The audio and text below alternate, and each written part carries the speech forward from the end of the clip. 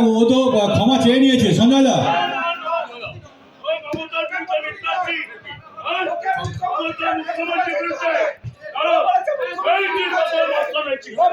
দেখুন দাদা, আমি কিন্তু উদ্দেশ্য প্রণোদনা বলিনি, ঠিক আছে? যদি আমার মনে হয় ঠিক আছে, বলছেন মানুষদা বলছেন। দেখুন, আলু সম্বন্ধে মেদিনীপুরে যে ক্ষতিটা হয়েছে সেই হিসাবে তুলে ধরা হয়েছে।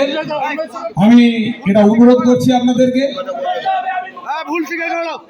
ঠিক আছে? যদি আপনারা মনে করেন যে আমাদের কথাটা ভুল, তাহলে ভুল, ঠিক আছে?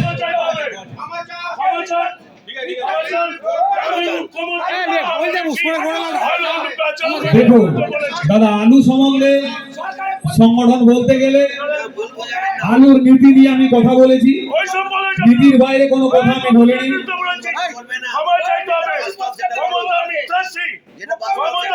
আলু নিয়ে যেটা বলেছি আমি সেই হিসাবে বলেছি, ঠিক আছে? আমি আপনারা যদি মনে করেন আপনি এটা আমার কথা বলা ভুল হয়েছে, ঠিক আছে? বরুণ পণ্ডিত আপনাদের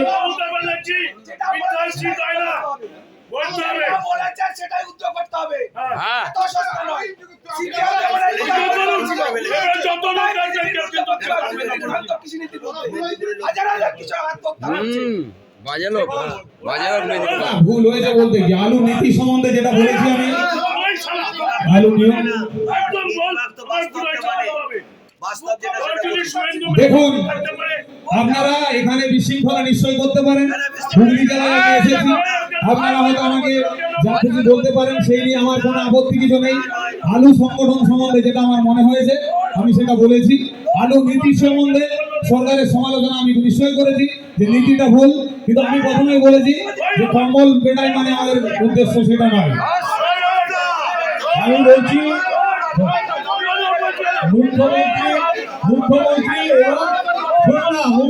এবং কৃষি বিভাগ মন্ত্রীকে,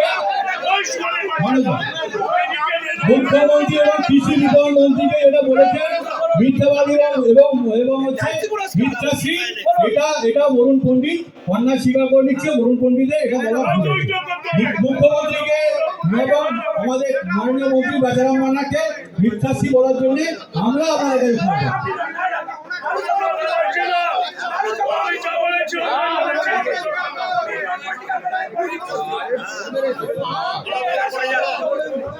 দেখুন, আমি এই বিষয় নিয়ে আমি প্রথমেই বলেছি যে আমার কথায় কেউ যদি আঘাত পেয়ে থাকে সেই জন্য আমি ক্ষমা প্রার্থী, সেটা আমি বলেছি। তো আপনার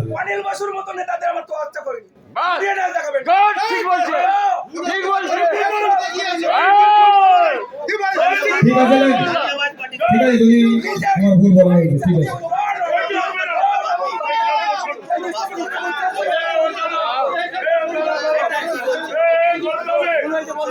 আরে বলছি মিথ্যাশী বলাটা ভুল হয়েছে, আর কি আছে?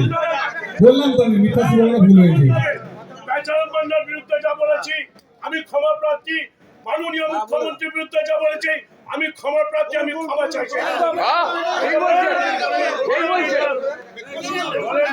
ঠিক বলছে, জয় মোল্লা, ঠিক বলছে।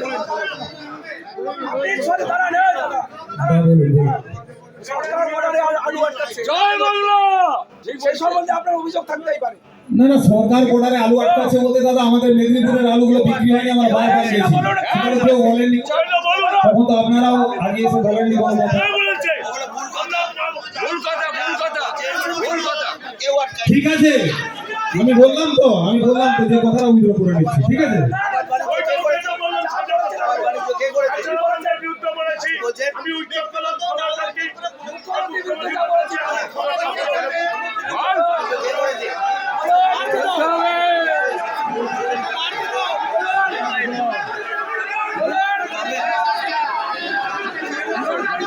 দেখুন দাদা, আমি একটা কথা বলি, আমি কিন্তু বারবার বলেছি যে আমি যেটা বলেছি আলু নীতি সম্বন্ধে বলেছি।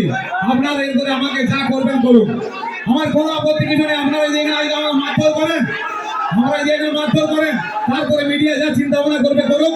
আমি মনে করি যে আলু নীতি সম্বন্ধে আমি যা কথা বলেছি ঠিক বলেছি। যা ভালো বুঝবেন আপনারা করুন, আমার কোনো সমস্যা নেই। আমি দায়িত্ব নিয়ে বলছি, আমি যাচ্ছি আপনাদের সামনে, আপনারা যা মনে করবেন করুন। আমি বলছি যে আমাদের মানবদা এবং সঞ্জয় দাদা আছেন, আমাদের জেলা পরিষদ সদস্য